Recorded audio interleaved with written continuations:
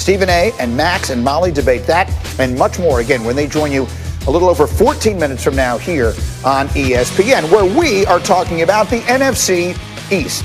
Everyone is still alive for a division title. Cowboys began Week 14 with a win over Cincinnati. Andy Dalton didn't throw a pick for the first time as Dallas' starting quarterback, so they're still in it. The Giants had a very disappointing day, 5-8 after a loss to Arizona. Daniel Jones sacked 6 times. New York had a 4-game winning streak come to an end. Philadelphia beat the Saints in what was the 4th biggest upset of the season, according to our analytics. Jalen Hurts, and we've talked about it all morning, was the overwhelming story, rushing for 106 yards. And Washington won a 4th straight for the first time in 4 years. Did it with 2 touchdowns from the defense. And so as we speak, the Washington football team currently leads the NFC East. You take a look here at each team and their chances, according to our analytics, of getting to the finish line in front. Washington, a 68% chance to win the division. And usually we'll look at this thing and we'll base it on, well, who has the best quarterback? Well, between injuries and everything else, it's hard to say. I look at it this way. Who's the best player in that division? Washington has that. Chase Young. And I get it, he's a rookie, but to me, he's such an all-around talent. It's amazing. And that front 4 is the difference for the Washington football team.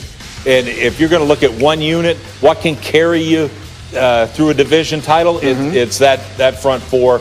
To me, Washington has the best player in Chase Young and the best unit in that defensive line. The one, I guess, that has the biggest question is Philadelphia, Dan Orlovsky. And again, as we speak, Doug Peterson has yet to name Jalen Hurts his starter for this week, but that feels like a foregone conclusion. And what this means for Carson Wentz, I know, has been a big topic of conversation here. Yeah, I think that Jalen Hurts is going to be their starter moving forward for the rest of this week. I don't think that this is a playoff football team. This is a team that defensively played much better last night. We'll see if they continue to keep that going. I think that when it comes to Carson Wentz and the potential fixing of Carson Wentz, it doesn't start physically. Like, that is not where you're going to start physically. You have to go back to 2017 and what that was like to be the MVP runaway and to have it yanked out from underneath you with injury and then watch someone take your team to the Super Bowl. Then you have to go back to 2018 and sit down and talk with him about it, coming back from injury, working hard, and then watch someone else take your football team to the playoffs. What did that do to him mentally? Then you got to go to 2019 and last year him going on that run, and it's finally I did it, right? Like, I've moved past Nick Foles. And then the second round draft pick happens. And they've got to sit down and figure out where he is when it comes to that stuff. It is not physical where you start. You have to figure out where he is mentally when it comes to fixing him. If I have to pick a team in the NFC that I'll go with who's going to win it, I go back to when Ron Rivera months ago now said, I'm taking my shot. It seems like his shot has a chance right now. And if Alex Smith is healthy, because I don't think Daniel Jones is, I'll take the Washington football team to win that division. What do you think, RC? No, I agree with Dan. And I was thinking about Dan this morning when he was talking about quarterbacks on the call. And I remember because it's at 5:15 a.m., it's very difficult to make me laugh. Y'all know how I feel about that morning call. And Dan made me laugh because Dan was like, well, shoot, I'm just thinking who's going to get hurt next. Yeah. And that's what it's starting to seem. So it seems that the healthy quarterback wins. But what we do know is healthy is that defensive line of the Washington football team. What we do know is nonstop, relentless pursuit, relentless pressure is Chase Young and what he brings to the game. And I think we're starting to see that part of Washington start to take over football games. We saw it in Dallas. You saw it in Pittsburgh. And obviously yesterday with him making the signature play of the game with the scoop and score. And so we're starting to see Ron Rivera put his imprint on this team rally around its coach and its inspirational quarterback and find ways to win games. And if it's a race till 7, I'm putting Chase Young in that race because I think he'll beat everyone in the NFC East. All right. So that is 3 votes at this moment for Washington, but we shall see. Meanwhile, let's go to the opposite end of the spectrum. Let's talk about the Kansas City Chiefs. Yesterday in South Florida, and Dan Orlovsky, this was a weird game. Middle of the first quarter in a scoreless game, Patrick Mahomes takes a 32-yard sack. Yeah, Greeny, we see him do this so often, though, right? Like spin out the backside of the pocket and make a huge play. It's just an awesome job of Baker of keeping his leverage to make that sack. And then I love this by Tua. Get on the perimeter. Watch Gesicki, the tight end, just drift and hang in that little soft spot into that zone, and just that little flick by Tua, touchdown Miami. They have found something in Mike Gesicki.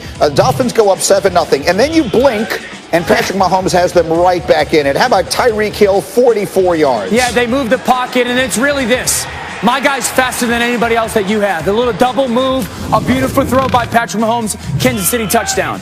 By the way, it's 30-10 Kansas City. Mahomes came into the game with only 2 picks on the year. That was his 3rd of the day. What a catch by Xavier Howard. Dan picking that off. It's an outstanding job. This is where that length for Howard shows up. That crazy interception was beautiful. But I love Tua. Okay, now we're going to get the ball, split safety, throw it up over the top. It's a great catch by Mike Gesicki in traffic. In the end, Kansas City's got to hold on. They got a 6-point lead, and they got a 4th and 1, and they always throw on 4th down. They're the only team that does it. That's because of Patrick Mahomes. Yeah, because they have that guy. They're the only one. And so they do win, and they get it to 12 and 1. And there are no bad wins in professional football. And you take a look with that win and the Steeler loss that we talked about. Kansas City now is the #1 seed in the AFC, and you see where everyone else slots in. But I do want to come out on that thought as quickly as we can because, you know, if you just watch that game yesterday, it's a game in which Kansas City wins by 6. The Dolphins gave them 9 points, basically. They gave them a safety, and they let them run a punt back for a touchdown. So, I mean, that offense, the Chiefs leave a lot of points out there, I guess is what I'm trying to say, Dan. Is that something that will catch up to them? No, because they break all the cliches. they just do. Like, we have these cliches in sports, like, hey, you can't flip the switch. Yep, the Chiefs can. Like, the Chiefs are the only team I've ever seen that can kind of have these rough patches and then hang 28 on you in like 7 minutes. And then it's like, well, you can't turn. How many times have we heard this, guys? You can't turn the ball over 4 times in the NFL and win football games. Nah, the Chiefs can't. Like, they're the only team that's able to do it, you know? That's the best way I can explain it is they have a quarterback that can flip switches. They got a tight end who can flip switches. They got receivers that can flip switches. They got coaching staff that can flip switches. They got a defense that can do it. And so they break all these cliches. I'd love to sit here and tell you, like, man, sometime it's going to catch up to them. No, it won't. No, it won't. It just won't. They're just that talented, and they're the Golden State Warriors. The Warriors can go like stretches and not make a bucket, and then all of a sudden they'll score 50 in a quarter on you. Do you agree with that, Rex? It will not catch up absolutely. I mean, look, Ryan talked about the offensive player of the year is Travis Kelce. Right. Well, you could say that it's Tyreek Hill. All Tyreek Hill has is 16 touchdowns. Oh, and by the way, okay, we're going to give the MVP to Aaron Rodgers. You can give it to Patrick Mahomes. He had a horrendous day, only 400 yards passing. It's crazy, these numbers. If there is one thing that can bite him a little bit, it's the fact, and you talked about leaving points out on the field, Grady, it's in the red zone. They're 19th in the league in red zone efficiency. That's the only thing I see negative about this team. I can't find any buyers. RC, can I find a buyer on the eventually this will catch up to them? Greeny, listen, bro, I work too hard for my money to just give it away.